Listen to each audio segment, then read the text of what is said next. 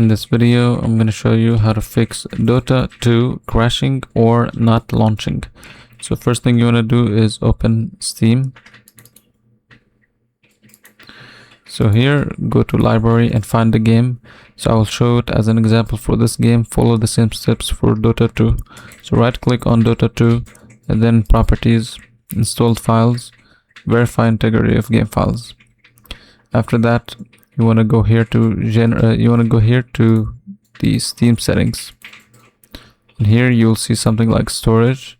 So click on the three dots and then repair library, then click downloads and then click clear cache.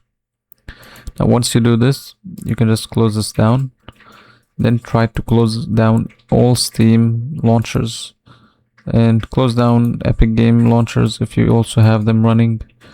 And if you see Dota running in the background, you can check it from the task manager.